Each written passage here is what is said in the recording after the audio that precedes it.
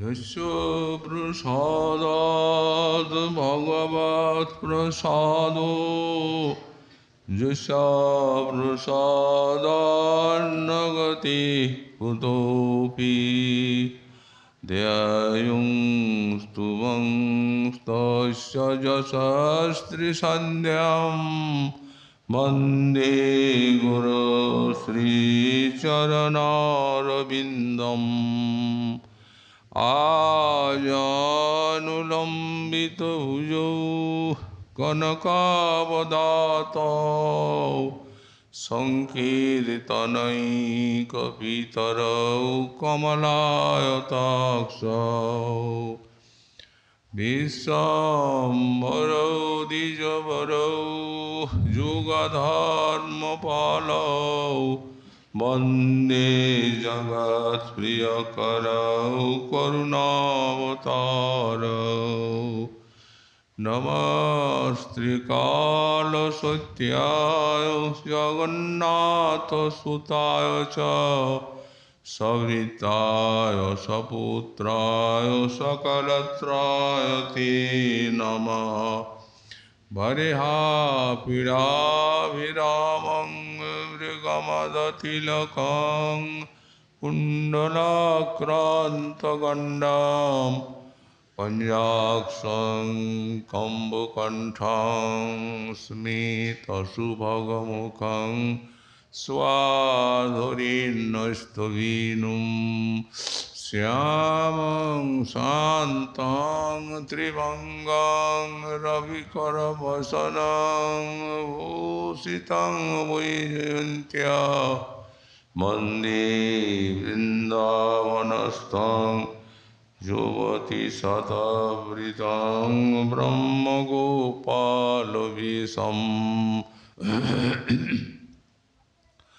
तप्तकाञ्चन गौरङ्गी राधे वृन्दावनेश्वरी वृषभानुसुते देवी तं नमामि हरिप्रिये मूकं करोति वाचालं पङ्गुं लङ्घयते गिरिं यत्कृपातमं वन्दे परमानन्दमाधवां वाञ्छाकल्पतरुभ्यश्च कृपासिन्धुभ्य एव च पतितानां पावनेभ्यो वैष्णवेभ्यो नमो नमः हरिभक्ति पराजित हरिनाम परायणा दुर्वृत्ता वा सुवृत्ता वा तेषां नित्यं नमो नमः नमः धर्माय महते नमो कृष्णाय वेदसे ब्राह्मणे नमस्कृत्य धर्मान् वक्ष्ये सनातनान् नारायणं नमस्कृत्य नरं चैव नरोत्तमं देवीं सरस्वतीं व्यासं ततो जयो मुदीरयेत् जय रूप सनातन भट्ट रघुनाथ श्रीजीव गोपाल भट्ट दास रघुनाथ छय गोसाईर करे चरण वंदन जहाँ हुई विघ्ननाश अभीष्ट पुराण दुर्गमी पथिमेन्धस्य स्खलत्पादगतिर्मोह सकृपादुष्टिदानेन सन्तु अलम्बरम् शशकवृदविसारे नेत्रभृङ्गाञ्चलाभ्यां दिशि विदिशि भैनोद्घूर्णिताभ्यां वनानि कुवलयदलकोशान्नेव क्लिप्तानि जाभ्यां किमु किल कलनीयो देवी ताभ्यां जनूयम् कलिजुग पावनावतार श्री श्री गौरांग महाप्रभुर परम अंतरंग पार्षद श्री श्री षड्गोस्वामी पादिर अन्यतम आचार्य श्री श्री राधा कुंडाश्रयी राधा दास्यिक जीवातु परम पूज्य पाद श्री श्री रघुनाथ दास गोस्वामी चरण तार श्री श्री विलाप कुसुमांजलि ग्रंथे त्रयोदश संख्यक विलापे तार परमाविष्ट श्री श्री राधा रानीर श्रीचरण सान्निध्ये प्राणीर प्रार्थना ज्ञापन करते गिये बोलें शशकवृदभिसारी नेत्रभृंगांचलाभ्यां दिशि विदिशि भयनोद्घूर्णिताभ्यां वनानि कुवलयदलकुशान्निव क्लिप्तानि जाभ्यां किमु किल कलनीयो देवी ताभ्यां जनुयम्। ओई देवी श्री श्री राधिके शशकभृत अभिसारे अर्थात ज्योत्स्नाभिसारे भयेन दिशि विदिशि उद्घूर्णिताभ्यां जाभ्यां नेत्रांचलाभ्यां সেই দিবালোকের ন্যায় প্রকাশময় পূর্ণিমার রাত্রে তুমি অভিসার করছো ভয়ে তুমি উদ্ঘূর্ণিত নয়নে ইতস্তত দর্শন করছো পাছে কেউ তোমার গতিবিধি লক্ষ্য করছে। তো যে উদ্ঘূর্ণিত নয়নের দ্বারা তুমি চারদিকে তাকাচ্ছ সেই নয়নের সুষমায় বৃন্দাবনের বন কুবলয় দল কুশের ন্যায় অতিশয় সুষমাময় হয়ে উঠেছে। কুবলয় দল কুশানি ক্লিপ্তানি জাভ্যাং কিমু কিল কলনীয় দেবী তাভ্যাং জনুয়ম তাভ্যাং নেত্রাঞ্চলাভ্যাং সেই যে তোমার নয়ন যুগল যা বৃন্দাবনকে সুষমাময় করে তুলছে সেই নয়নের দ্বারা এই দিন জন কি দর্শনীয় হবে, অর্থাৎ তুমি কি সেই সময় আমাকে একটু দেখবে না, এই প্রার্থনা। গতকাল আমরা এই শ্লোকের ব্যাখ্যা কিঞ্চিত আস্বাদন করেছি। শ্রী শ্রী রাধারানীর অভিসার লীলা, এই যে অভিসার শব্দটি, এই শব্দের একটা ব্যাপক অর্থ আছে।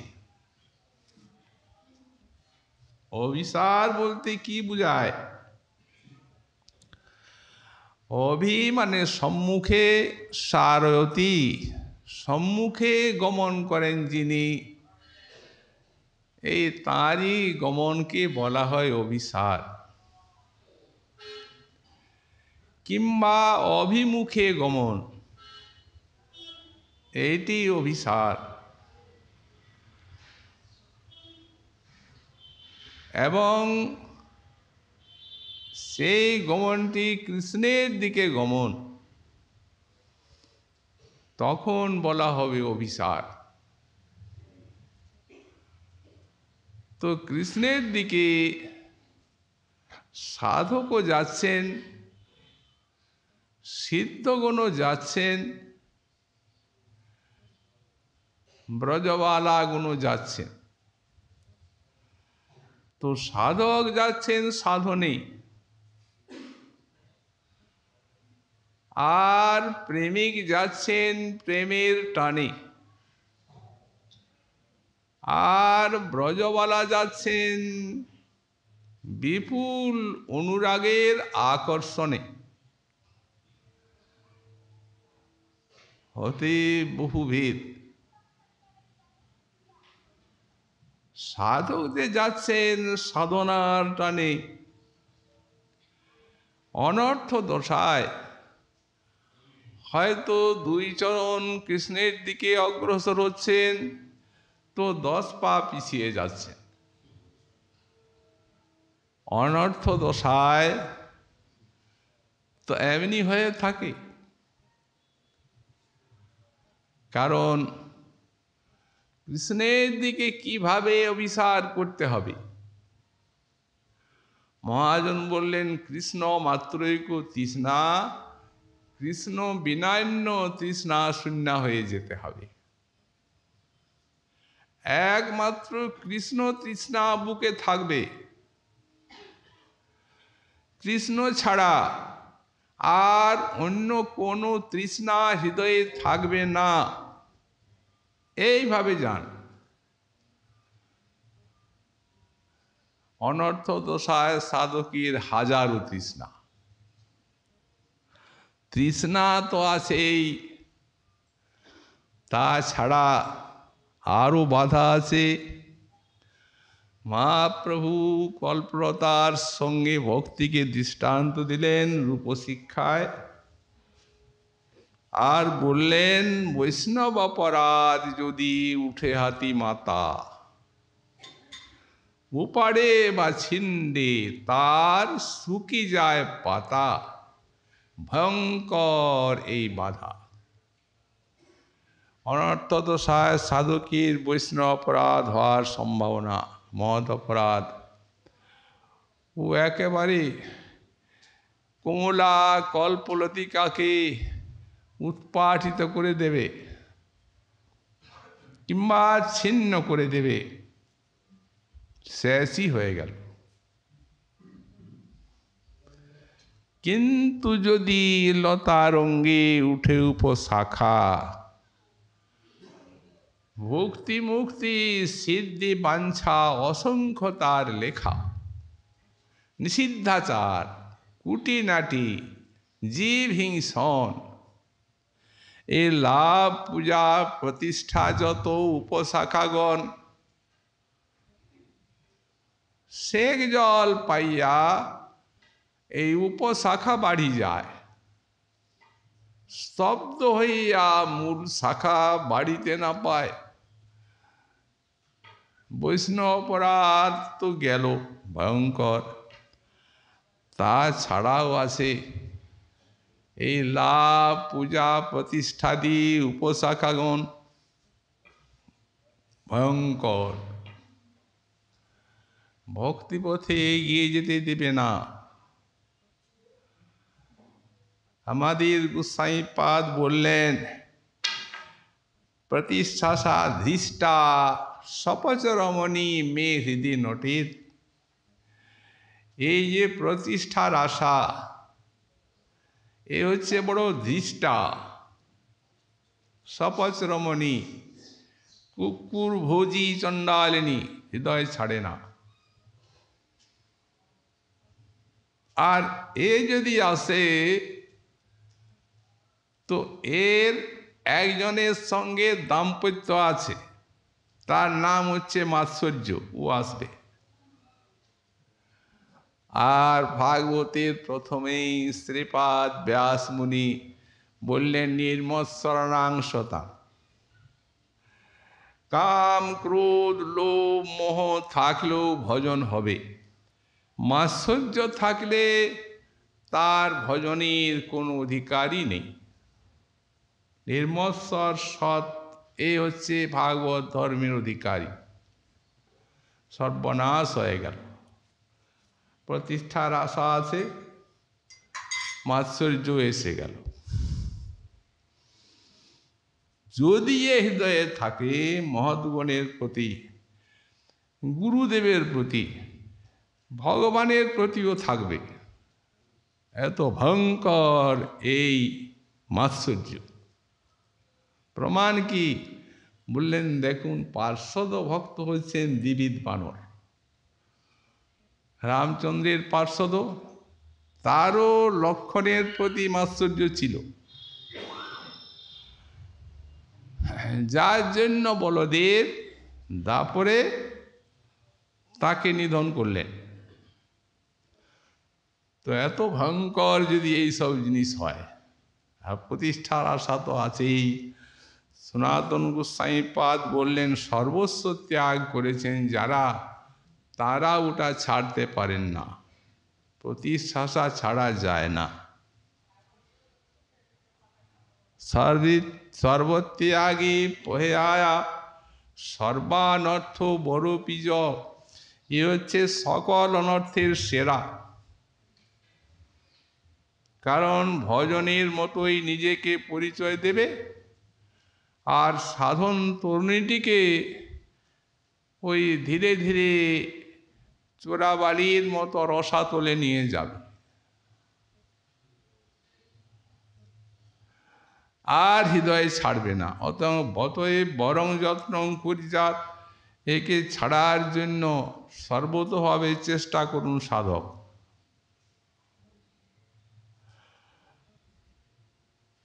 তো এই তো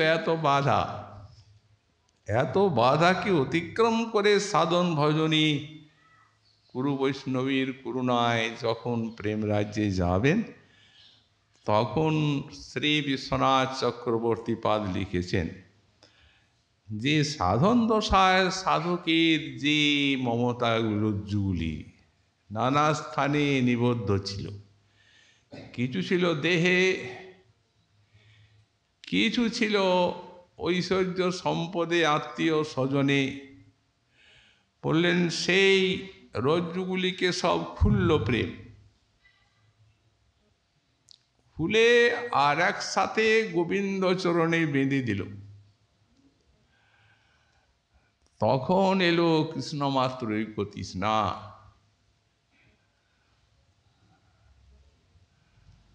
তিনিও ছুটছেন, অবিচার করছেন কৃষ্ণের দিকে। কৃষ্ণ করুণা করে ভক্তকে একবার দর্শন দেন, তাও আমরা জানি। তার অভিসার সফল হয়। কিন্তু ব্রজবালাগণের অভিসারে রসের পরাকাষ্ঠা। যেমন শক্তিময় বেগময়, তেমনি অনুরাগময়। রাধা রানীর তো কোথায় নাই। বিদ্যাপতি ঠাকুর লিখলেন, নব অনুরাগিনী রাধা, কছু নাহি মানই বাধা, একলি কলি পয়ান, পন্থ বিপথ নাহি জান।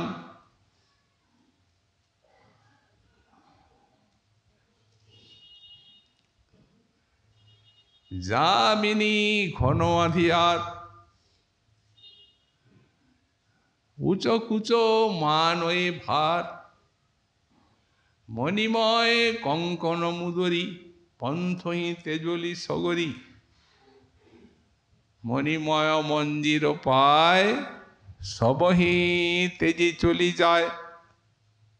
বিঘিনী বিথারণ বাট, কত বিঘ্ন এই অভিসারে।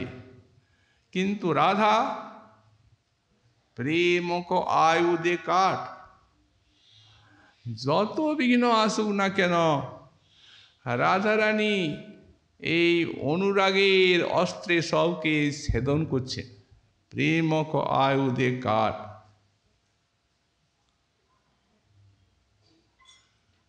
ওই সেনা হেরিয়ে আন কবিবিদ্যা প্রতিভান। এমন আর দুটি দেখা যায় না। অভিসার অনেকেরই আছে, কৃষ্ণের দিকে যাওয়া এই রকম নয়।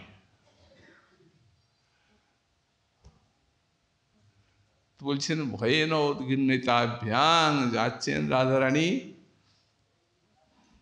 ভয়ে চারদিকে তাকাচ্ছে। গতকাল আমরা বলেছি এই ভয়টি রস। কারণ ভয় আসবে কোথার থেকে? এত শক্তিময় রাধারানীর অভিসার। মহাজনীর বাণীতে আমরা একটা দৃষ্টান্ত দেখতে পাই। বর্ষাকাল, মেঘ মেদুর আকাশ, অনবরত ভয়ঙ্কর বৃষ্টি হচ্ছে,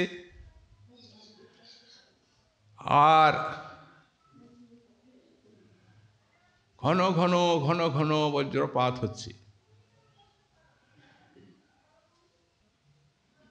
হঠাৎ এই অবস্থায় ওই দূর বনে শামের বাঁশি বাজছে। বংশী সুরে রাধারানীকে ডাকছেন অভিসারে, এসো এসো। রাধারানী বেরিয়ে পড়ছেন। সামনে সখী এসে দাঁড়িয়েছে। দাঁড়াও, কোথায় যাবি? মন্দির বাহিরহি কঠিন কপাট, চলইতে সংকিল পঙ্কিল বাট। আজ বাহিরের কি অবস্থা সেটা বুঝতে পারছো না? মন্দিরের বাহিরে বজ্রতুল্য কপাট দেওয়া আছে। যদি বা সেই কপাটকে কোনো মতে উন্মোচন করে যাবে, তো চলইতে সংকিল পঙ্কিল বাট, রাস্তা তো পিচ্ছল, পড়ে যাবে তো সুকুমারী। অন্ধকার রাত।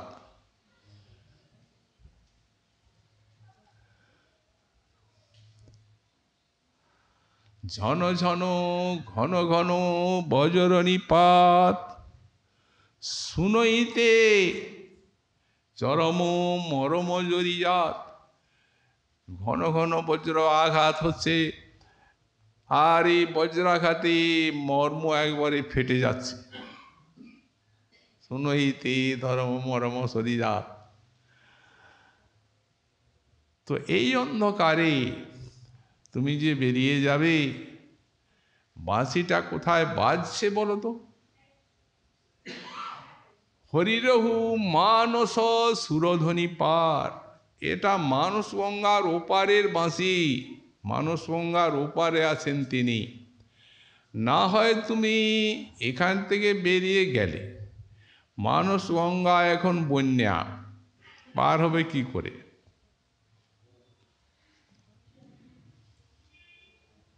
অতএব ইথে যদি সুন্দরী তেজ বিগেহ, এই অবস্থায়ও যদি তুমি গৃহত্যাগ করে স্বামীর নিকটে যাও, স্বামীকে পাবে না, মরণেই সার হবে।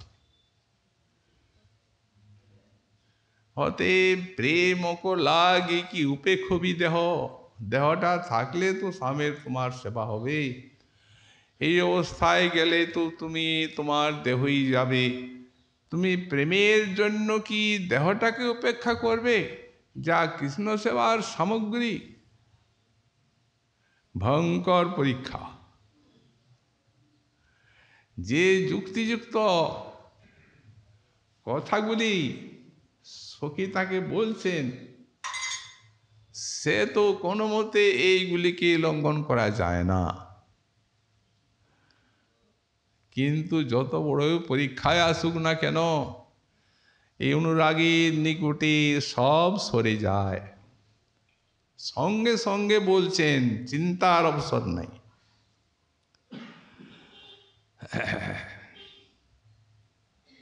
সখী, তুমি কি আমাকে পরীক্ষা করছো? সহচরীকে বলছেন। তুমি বলছো বজ্র কপাট খুলবে সুকুমারী কি করে, কিন্তু কুলমরি জাদ কপাটৌদ ঘাটলু, তাহে কি কাঠ কি বাধা। কপাটলু তো কাঠেরই কপাট। রমণী জীবনী কুলমর্যাদা রূপ যে কপাট, বজ্র কপাট, তাকে আমি চুরমার করে দিয়েছি। পরকীয় প্রেম, কুলমর্যাদা ত্যাগ করতে হবে। তো সুতরাং কুলমরি জাদ কপাট উদ ঘাটলু, তাহে কি কাঠ কি বাধা। আমার মনে হয় কি জানো সখী, আমি যদি দরজার কাছে যাই কপাটগুলি আপনিই খুলে যাবে।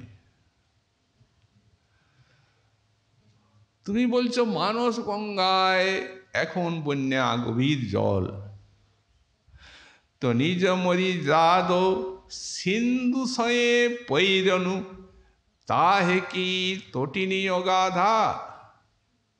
নারীর মর্যাদা কত বড় জিনিস, রাজকন্যা রাজবালা কত বড় কুল। সুতরাং এই নারীর মর্যাদার রূপ যে সমুদ্রকে আমি সাঁতরে পার হয়েছি, সেখানে তোমার মানস গঙ্গায় কতটুকুই বা জল আছে।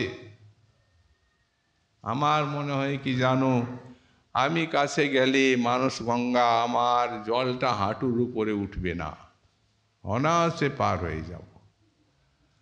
সুন্দরী মুঝে পরীক্ষণ করো দূর, তুমি আমাকে পরীক্ষা করবে না।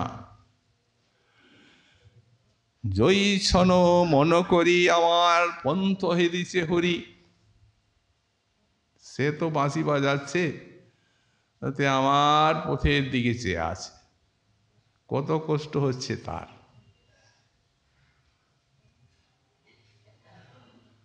তুয়া অনুরাগে আসি কুঞ্জির ভিতরে বসি, তুয়া লাগি এই বৃন্দাবন। রাধারানীকে বলেন, অতএব যে মন করে তিনি আমার পথের দিকে চেয়ে আছেন, তাতে আর গৃহে থাকা যায় না।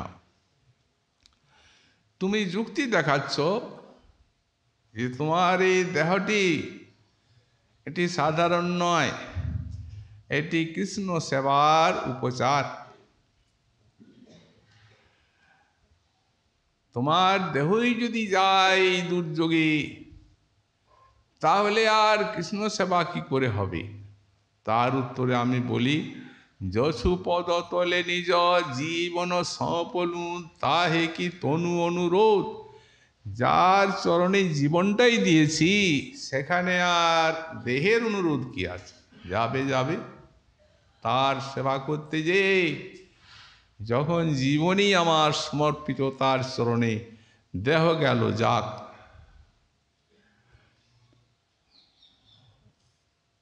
সহচরী তখন কি বলছেন, রাই অভিসর সহচরী পাওল বোধ। তোমার এত দূর পর্যন্ত তো বুঝবার আমার শক্তি নেই, অল্প বুদ্ধি। তুমি কোটি সমুদ্র গম্ভীর, এবং তোমার অভিসারও সেই রূপ শক্তিময়। অতএব তোমাকে আমি কি করে বুঝবো। চলো অভিসার করো, সঙ্গে আমিও যাব তোমার প্রেমের রঙ্গ দেখতে দেখতে। এই হচ্ছে শক্তিময় অভিসার শ্রী শ্রী রাধারানী।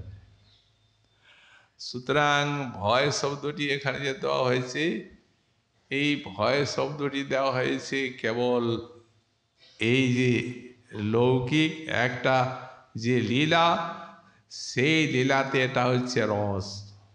চারদিকে তাকাচ্ছেন, পাশে কেউ গতিবিধি লক্ষ্য করছে। আমরা গতকাল বলেছি, এগুলি রস, এগুলি লীলা, এগুলি না হলে লীলা হয় না। এখানে তো ভয় দেখানো হচ্ছে, কিন্তু কৃষ্ণের 18টা মহাদোষ আছে। মহাজন বললেন মোহ, তন্দ্রা, ভ্রম, রুক্ষরসতা, কাম, উলবন, লোলতা, মদ, মাৎসর্যে, হিংসা, খেদ, পরিশ্রম, অসত্যং, ক্রোধ, আকাঙ্ক্ষা, আশঙ্কা এই ভয়, বিশ্ববিভ্রম, বিষমত্বং পরাপেক্ষা, দোষ অষ্টাদশোদিতা। মহাজন বললেন এই অষ্টাদশ রহিতা ভাগবত তনু, এই অষ্টাদশ মহাদোষ রহিতা ভাগবত তনু, এগুলি ভগবানের বিগ্রহে নেই। তো বলছেন ভগবানের বিগ্রহে না থাক, স্বয়ং ভগবানের বিগ্রহে আছে। ভগবানের বিগ্রহে নাই ঠিক, স্বয়ং ভগবানের মধ্যে আছে।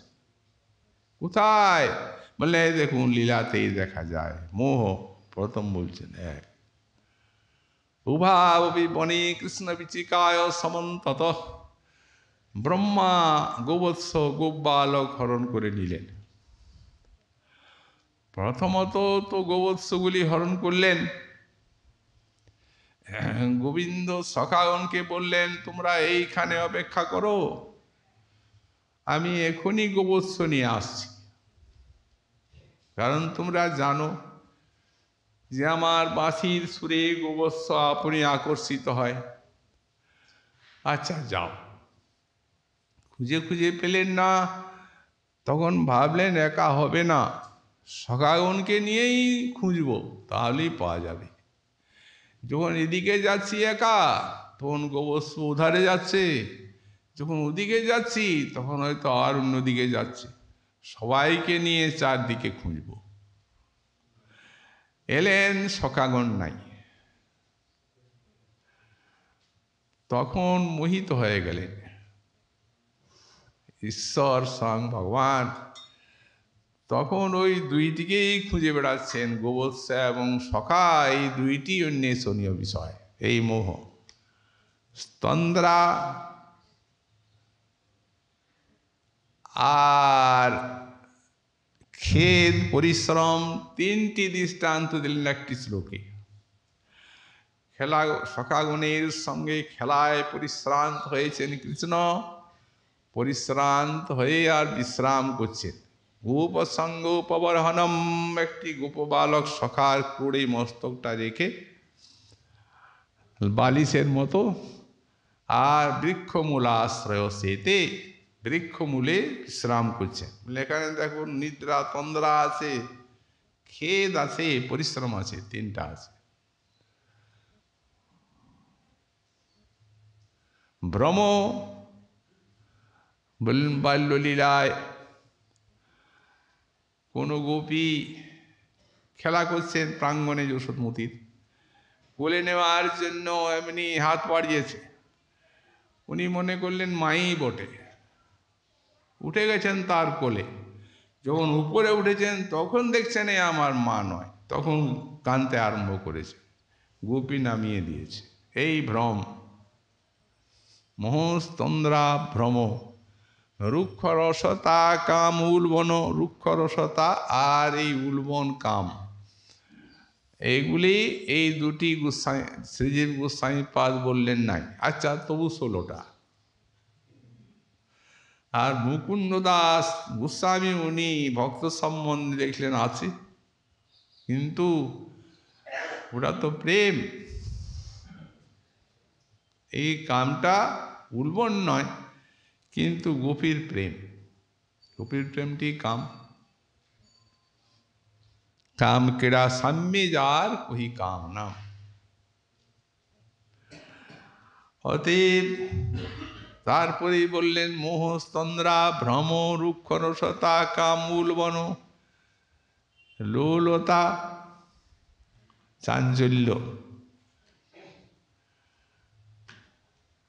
যখন সখাগণ সঙ্গে পাড়ায় পাড়ায় খেলা করছেন, তখন ওই গোবৎসগুলা বাঁধা আছে, এগুলাকে খুলে দিচ্ছে। গোবৎসগুলি যখন ছুটে যাচ্ছে মায়ের স্তন্যপান করবে, সেইগুলিকে সামলাতে যাচ্ছেন ঘরের গোপ, তখন একবারে যেখানে দধি নবনীত রাখা আছে সেই ঘরে ঢুকে দধি নবনীতকে চুরি করে বানরকে দিয়ে একাকার। এই লোলতা, মদ, মদ অভিঘূর্ণিত বনমালী, এই শ্লোক আছে। মদে চক্ষু ঘুরছে। মাৎসর্যে,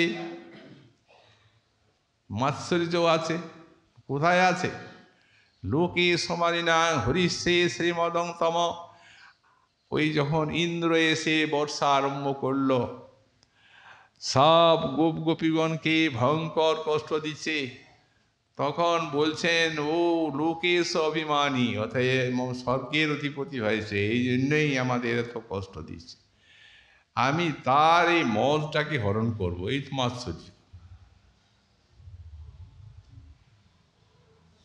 মদমাৎসর্যে হিংসা, খেদ, পরিশ্রম, পুতনাদি বধে হিংসা আছে। খেদ পরিশ্রমের কথা তো আমরা বললাম। অসত্যং ক্রোধ আকাঙ্ক্ষা, অসত্য আছে। মাটি খেলেন, সখাগণ এসে মাকে নালিশ করলেন, কৃষ্ণ মাটি খেয়েছে মা। সন্তানের অনিষ্ট আশঙ্কায় মা এসে শাসন করছেন, কেন মাটি খেয়েছিস বল। খেয়েছেন ঠিকই, কিন্তু মিথ্যে কথাটি বলে দিলেন মাকে, না হং ভক্সি তমানম্ব, হে মা তো আমি মাটি খাইনি। সর্বে মিথ্যাভিশংসিন, এরা মিথ্যা কথা বলছে। ওদিকেই মিথ্যাবাদী ঠাউরালেন। এই তো মিথ্যা। জরাসন্ধাদি ছল ইত্যাদিতে জরাসন্ধাদিকে ছলনা করলেন যখন, বললেন আমরা ব্রাহ্মণ অর্জুনের সঙ্গে গিয়ে, এই তো মিথ্যা কথা বললেন। অতএব অসত্যং ক্রোধ আকাঙ্ক্ষা আশঙ্কা বিশ্ববিভ্রম, ক্রোধ আছে, সঞ্জাত কূপ স্ফুরিতারুণাধরম সংদৃশ্যদী মন্ত্র ভাজনম। মা যখন ওই কৃষ্ণকে কুলের থেকে ফেলে দিয়ে দামবন্ধলীলায় ছুটে গেলেন, ওই দুধটা উছলে পড়ছিল, সেটা রাখতে নামাতে, তখন সঞ্জাত কূপ, তখন ক্রোধ জাগলো। তো একা কাকে কি ক্রোধ দেখাচ্ছেন না অভিনয় করছেন, এখানে কেউ নেই। বললেন না, সত্যই ক্রোধ। সংদিশ্বদভি, অদরটাকে কামড়ালেন দাঁত দিয়ে, আজ তোর এই দধি ভাণ্ডার জন্য তো আসক্তি, এইটাই ভেঙে দেব। ভেঙে দিলেন, যার জন্য দামবন্ধন লীলা। আকাঙ্ক্ষা ধৃত্বা দধিমন্থানম,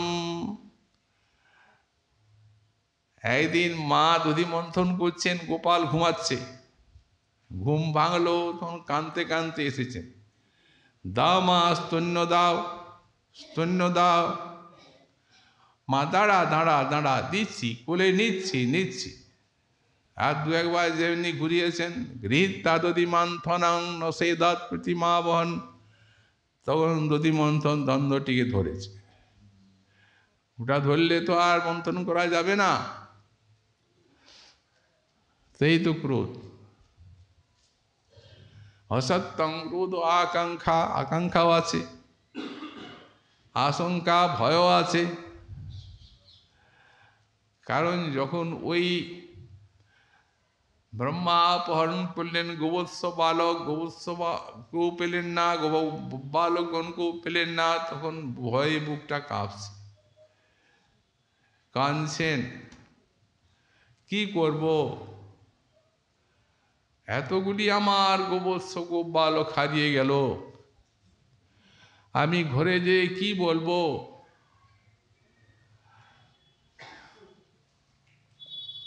এই আশঙ্কা, ভয়, বিশ্ববিভ্রম, এটি জগদাবেশ বলে ব্যাখ্যাকার লিখেছেন। ব্রহ্মাদি ভক্ত সম্বন্ধে দেখা যায়।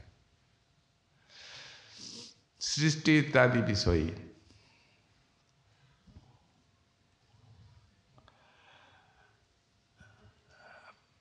তারপরে বিশ্ববিভ্রম একটা আছে পরাপেক্ষা, ভক্তের অপেক্ষা আছে। না হং, আমি অন্যকেও ইচ্ছা করি না, কাউকে ইচ্ছা করি না, ভক্তকে যতখানি চাই। হং ভক্ত পরাধীন স্বতন্ত্রই দ্বিজ, অতএব আমি ভক্ত পরাধীন। বিষমত্তং পরাপেক্ষা, সেও হয়ে গেল দোষষ্টাদশোদিতা। বললেন তাহলে তো মহাদোষ এই ভগবানও সং ভগবানও পাওয়া গেল। এগুলি স্বরূপ কি? ব্যাখ্যাকার লিখলেন ভক্ত সম্বন্ধে এইগুলি গুণ। আর এর ব্যাখ্যাটা আমাদের শ্রী বলদেব বিদ্যাভূষণ পাদ একটু বিস্তৃত করেছেন। লিখেছেন ভক্তানন্দ বর্ধন, ভক্ত পোষণ, লীলা বিলাসাদি সিদ্ধয়ে সর্বভূতায় বৈতে উদয়ন্তে, তান বিনা লীলাদি অসিদ্ধে তদ অসিদ্ধৌ চ পূর্ণতানুপপত্তি। ইতরেষু সর্বেষু গুণেষু রুচ্য ভাবাৎ ভক্তানুপপত্তিশ্চ। বিদ্যাভূষণ কি বলছেন? বলছেন ভক্তানন্দ পোষণ লীলা বিলাস, ভক্তান আর ভক্তবাৎসল্যাদি সিদ্ধই। ভক্তানন্দ বর্ধন, ভক্তকে পোষণ করা, আর লীলা বিলাস সিদ্ধির জন্য এই গুণগুলি, এগুলাকে দোষ বলা হয়েছে তো শাস্ত্রে। এই গুণগুলি লীলা বিলাস ও সিদ্ধ হয়ে এই সমস্ত কৃষ্ণে এসে গুণ হয়েছে। তো এত গুণ তাঁর, যদি এই গুণগুলি নাই থাকতো তো কি দোষ হতো? বললেন এগুলি তাঁর স্বরূপভূত গুণ, এগুলো আছে, থাকবে নিত্যকাল। তদ অসিদ্ধ চ, বললেন তাহলে লীলাবিলাস ব্রজলীলা হবে না যদি এগুলো না থাকে। কি করে হয়? ব্রজলীলার ভিতরেই তো সবগুলি হাতড়ে পাওয়া গেল, আর 16টা 18টা। তো যদি এগুলি না থাকে এই গুণগুলি, তাহলে ব্রজলীলার সিদ্ধি হবে না, লীলা বিলাস অসিদ্ধে। তো বলছেন না হোক ব্রজলীলা, এত যে শত কত লীলা আছে, তাকে ভগবত্তায় স্থাপন করতে পারবে না। বললেন পূর্ণতা অনুপপত্তি স্যাৎ, তিনি স্বয়ং ভগবান হতে পারবেন না। ভগবান হবেন আছে, কত গুণ আছে, স্বয়ং ভগবান হবেন না। তো স্বয়ং ভগবানের এই দোষগুলি যেগুলা শাস্ত্রে বলেছে, সেগুলা না থেকে অন্য গুণগুলি থাকলে কি দোষ হবে? বললেন রুচ্চ ভাবাৎ ভক্ত অনুপপত্তিশ্চ, অতএব ব্রজভক্তি আর কেউ করবে না, রাগানুগা ভজন কেউ করতে যাবে না। তাহলে তো ওই বিধি ভক্তি এসে গেল সব। তাহলে আর রাগানুগা রাগাত্মিকা ভক্তি থাকলো না। সুতরাং এই জন্যেই বলা হচ্ছে রস। রাধারানীর অভিসার শ্রীপাদ প্রবোধানন্দ সরস্বতী লিখেছেন,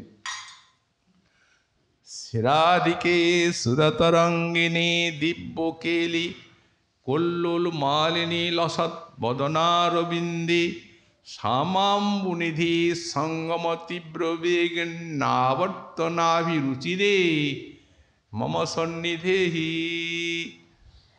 একটি সখী সঙ্গী রাধারানী অভিসার করছেন, তো এমন ছুটছেন, সামনুরাগের আকর্ষণে দিগ্বিদিক জ্ঞান হারা, ব্যাকুল ভাবে ছুটে যাচ্ছেন। সখী কিঙ্করিয়ার তাকে ধরতে পাচ্ছেন না, পেছনের দিকে ডাকছেন, শ্রীরাধিকে ওই রাধিকে তুমি কৃষ্ণ আরাধনার জন্য যাচ্ছ, কিন্তু এই বেগে গেলে কোনখানে পড়ে যাবে, আঘাত পাবে, কৃষ্ণ আরাধনার জন্য যা তোমার হবে না। অতএব হে কৃষ্ণ আরাধিকে ধীরে চলো, এই উদ্দেশ্য। গঙ্গার সঙ্গে দৃষ্টান্ত দিচ্ছেন। সুরতরঙ্গিনী, বর্ষার বারিপুষ্ঠা গঙ্গা যেমন দুই কুলকে প্লাবিত করতে করতে আপন ভাবে বিভোর হয়ে আর খরতর বেগে সিন্ধুর দিকে ছুটে যায়, সেই প্রকার তুমি সুরতরঙ্গিনী, তুমি গঙ্গার মতো শ্বশুরকুল পিতৃকুলকে প্লাবিত করে আপন ভাবে বিভোর হয়ে আর কৃষ্ণ সেবার যে আকাঙ্ক্ষা, সেই শৃঙ্গারসময়ী ভাবনারূপ তরঙ্গ তুলতে তুলতে খরতর বেগে তুমি ছুটে চলেছ।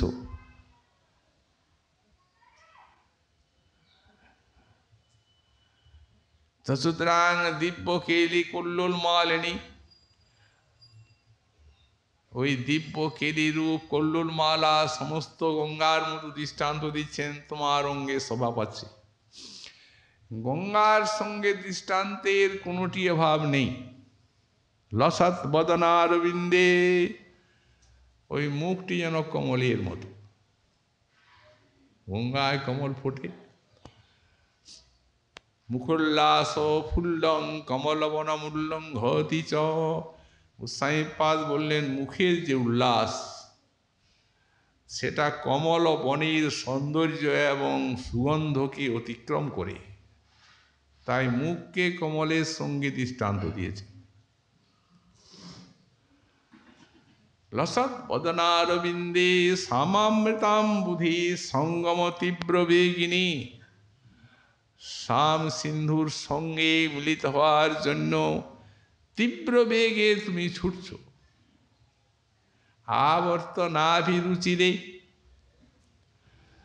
গঙ্গাতে যেমন আবর্ত আছে ঘূর্ণি, তোমাতে হে সুরতরঙ্গিনী ঘূর্ণি হচ্ছে তোমার নাভিদেশ। গতকাল আমরা বললাম যে নাভিরূপ কূপে গোবিন্দের মনোমৃগ ডুবে হাবুডুবু খাচ্ছে, এত সৌন্দর্য। মস্তকের থেকে চরণ পর্যন্ত সৌন্দর্যগুলি বর্ণনা করছেন। মম সন্নিদেহি, আমিও তো সঙ্গে যাব। দাঁড়াও দাঁড়াও দাঁড়াও, রাধে মুঞ্চ সম্ভ্রম অভিসারে চারয় চরণাম্বুজং ধীরম সুকুমারে। ওই রাধে যাবে না, এত জোরে যাবে না, কঙ্কর কণ্টকে ওই সুকোমল চরণ বিদ্ধ হবে। তুমি বুঝতে পারছো না, তোমার ওই চরণে ব্যথা লাগলেও ব্যথাটা কোথায় ফুটবে?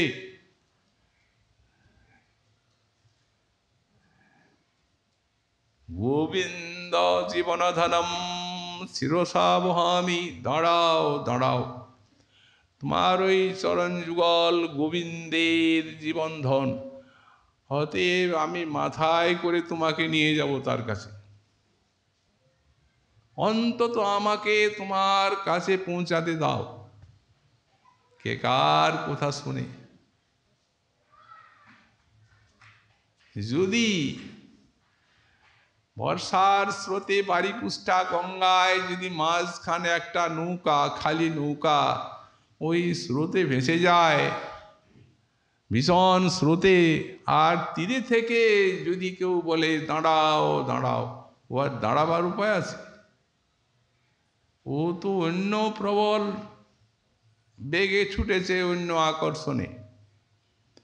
তো সুতরাং সেই প্রকার ইনি দাঁড়াবেন কি করে? তো যাতে একটু দাঁড়ান, এই জন্য গোবিন্দের দুঃখটি দেখিয়ে দিচ্ছেন। তোমার ওই চরণ গোবিন্দ জীবন ধনম, গোবিন্দের যে জীবন ধন তোমার চরণ, তা তুমি বুঝতে পারছো না। নিজেও সেই কথা বলেন। শোনো রাধে এই রস, আমি সে তোমারই বস, তোমা বিনে নাহি ভাই মনে, জপিতে তোমার নাম, ধৈর্যজনা ধরি প্রাণ, তুয়ারূপ করিয়ে ধ্যানে, শ্রীরাধে শ্রীরাধে বাণী, যেদিকে যার মুখে শুনি, সেই দিকে ধায় মোর মন। চাতক ফুকারে যেন ঘন চাহে বরিশন, তেন হেরি ও চাঁদ বদন,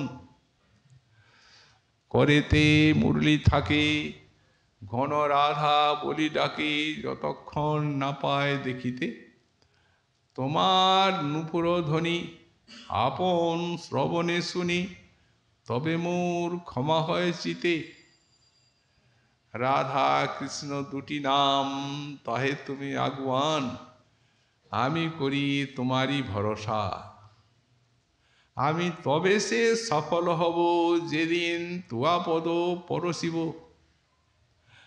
তোমার চরণ আমার জীবন ধন।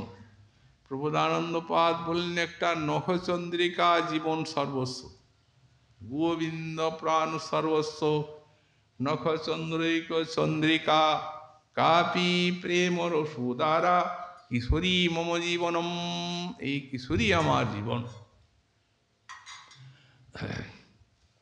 অখিল ব্রহ্মাণ্ডের উপাস্য, সকলের জীবনের জীবন ভক্তগণের, ওই তাঁরও সর্বস্ব জীবন সর্বস্ব রাধার চরণীর একটা নখ। কি তত্ত্ব!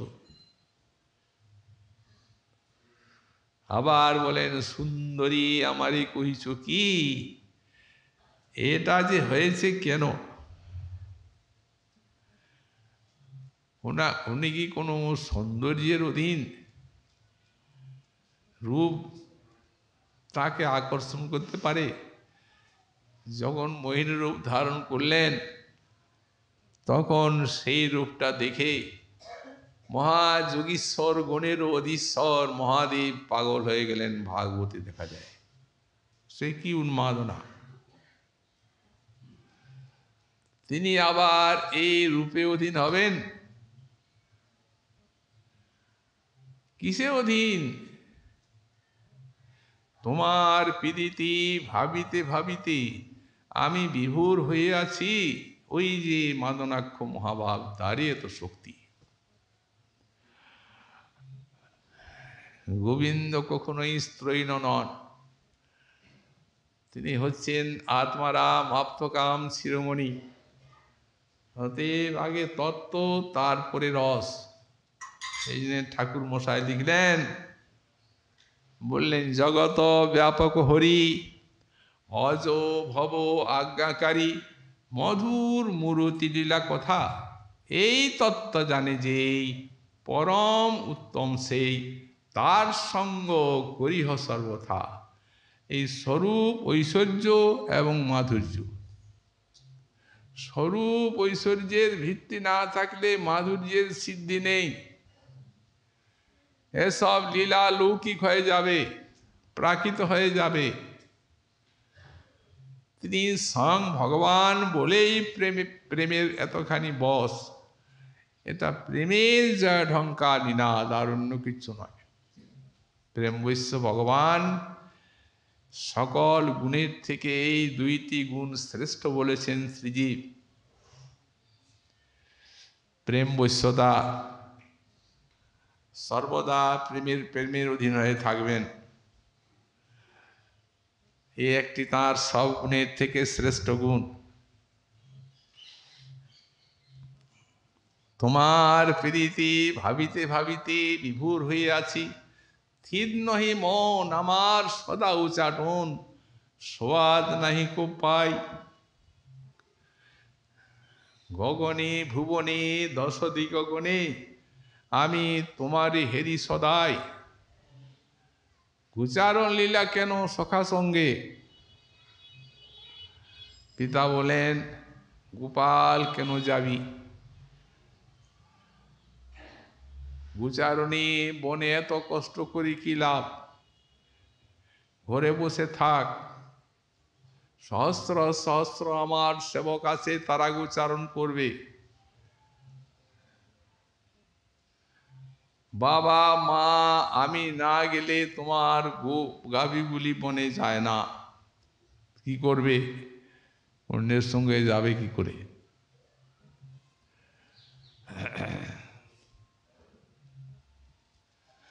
তো এই জন্যেই বললেন, তোমার প্রীতি ভাবিতে ভাবিতে বিভোর হইয়াছি, স্থির নহে মন সদা উচাটন, সোয়াদ নাহিক পাই গগনে ভুবনে দশ দিগগণে তোমারে হেরি সদাই।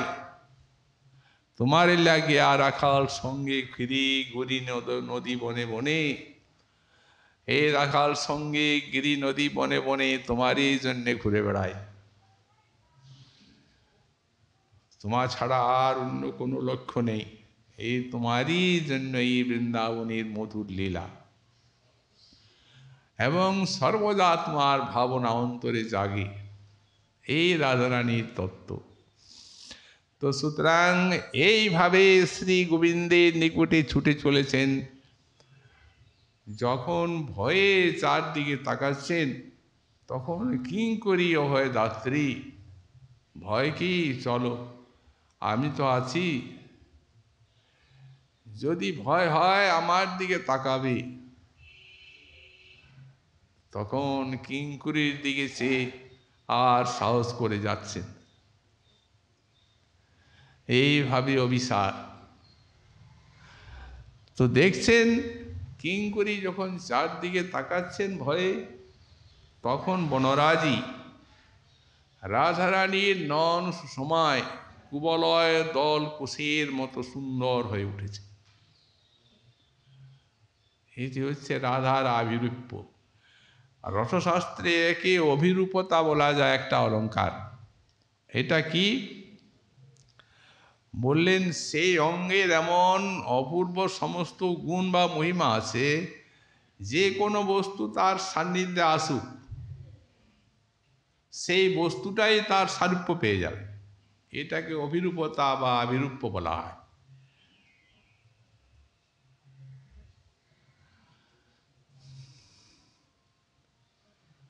এই জন্যেই বলা হয়েছে, যাহা যাহা পদযুগ ধরই তাহা তাহা সররূহ খলই, যাহা লহু হাস সঞ্চার তহি তহি অমিয়া বিথার, যাহা যাহা কুটিল কটাক তহি মদন সরলাক, যাহা খলু হাস সঞ্চার, যেখানে হাস্য করছেন সেইখানে অমৃতের সিন্ধু উচ্ছলিত হয়ে উঠছে। যেখানে যেখানে নন সেইখানে সেইখানে ওই কটাক্ষের সঙ্গে সঙ্গে মদন সরলা, এত সৌন্দর্য। তো কুবলয় দল কুষাণ্যে এবং যাভ্যাং, বনরাজিকে তুমি কুবলয় দল কুশের মতো সুন্দর করে তুলবে। এইভাবে সেই সৌন্দর্য দেখতে দেখতে কিঙ্করী নিয়ে গেলেন কুঞ্জে, যেখানে গোবিন্দ রাধারানীর আশায় বসে আছেন।